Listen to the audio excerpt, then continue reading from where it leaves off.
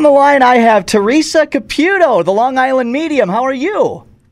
Good morning. How are you? I am fantastic. I tell you what, your new show, your show got a new season started up August 3rd. How's that going so far? Amazing. It's unbelievable.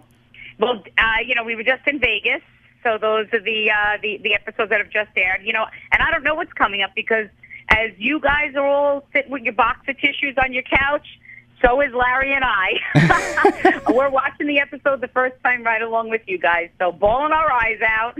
I have been binge watching you on Netflix lately, just trying to catch up, and it's amazing to watch you work with these people, and it just kind of goes, you never know when you're gonna be or who you're gonna be talking to.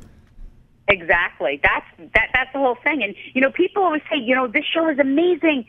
Why do you think it's so popular? And I'm like, because it's real. It's a factuality show. It's real life, real people, real situations.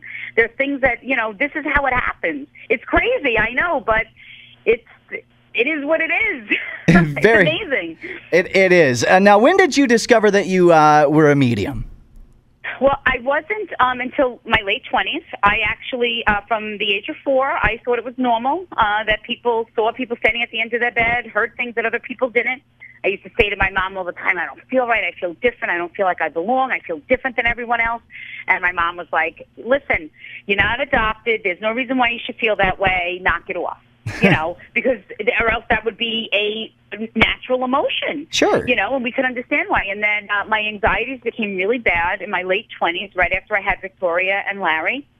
And I had gone to a spiritual healer, because nothing else was working. I was going to doctors, and they'd say there's nothing wrong with me. And then I learned that why I was suffering from the anxieties is because I'm what they call empathic, where that's how I communicate, is through feeling. Spirit will make me feel how they departed.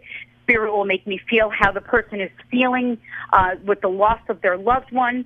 And I'm so glad you asked that question, because a lot of people might have the same feelings, that they just don't, that they feel different. And what I learned was, once I accepted who I was meant to be here in the physical world, is when my life felt complete. And I think a lot of people can feel that way out there, that they feel different, whatever it may be.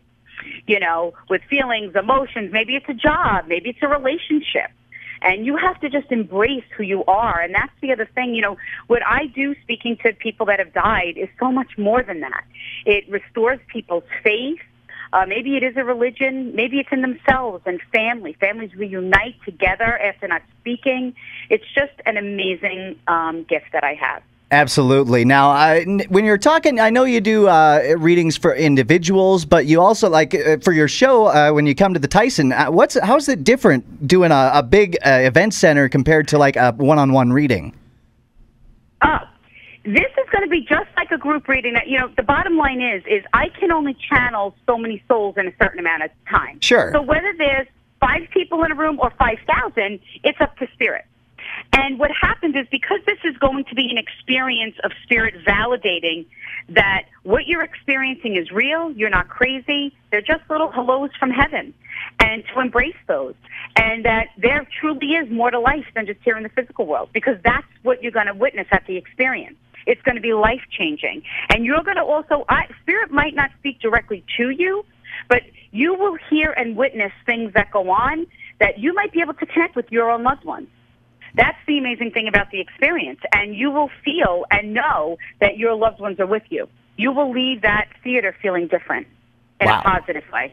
I can't wait. I'm very excited. I thoroughly enjoy your show, and seeing, there's a lot of skeptics, and once you talk to them, their face goes from being completely skeptical to completely amazed. So a lot of times very emotional.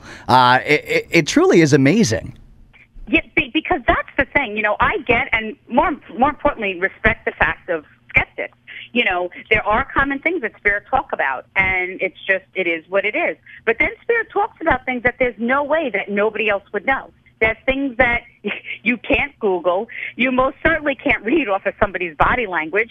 And it's just like, that's crazy. How would she know that? That's insane. Yeah. I remember watching the one where you got your assistant and there was an older gentleman sitting in the diner that you were at, and he's like, at first he's like, I'm a huge skeptic, and you could see it in his face. He didn't believe it at all. And by the time you were done, he was bawling.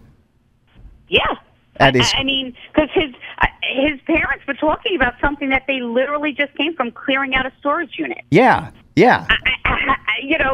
Who does that? Right?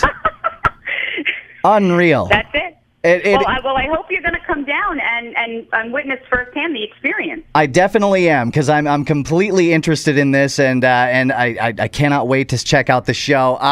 So are you going to be talking not only about, with the spirits, but you're going to be talking a little bit about your show and your life in general as well? Yeah, that's very short-lived, though, no pun intended. Because what happens is once I start to give my speech, what I do is it's only about the experience is about 2 hours. There's no intermission, and I just spend maybe about 15 minutes, if that, just explaining how I got there, where I am today, a little bit about my gifts. I incorporate answers to the most frequently asked questions that people write in about. And I just give also examples on how spirit will communicate in a venue like that. Very good. Spirit takes over. That's awesome. I cannot wait for it. It happens Thursday, October 30th. Theresa Caputo, thank you so much for joining us today. Thank you so much. Can't wait to see you then.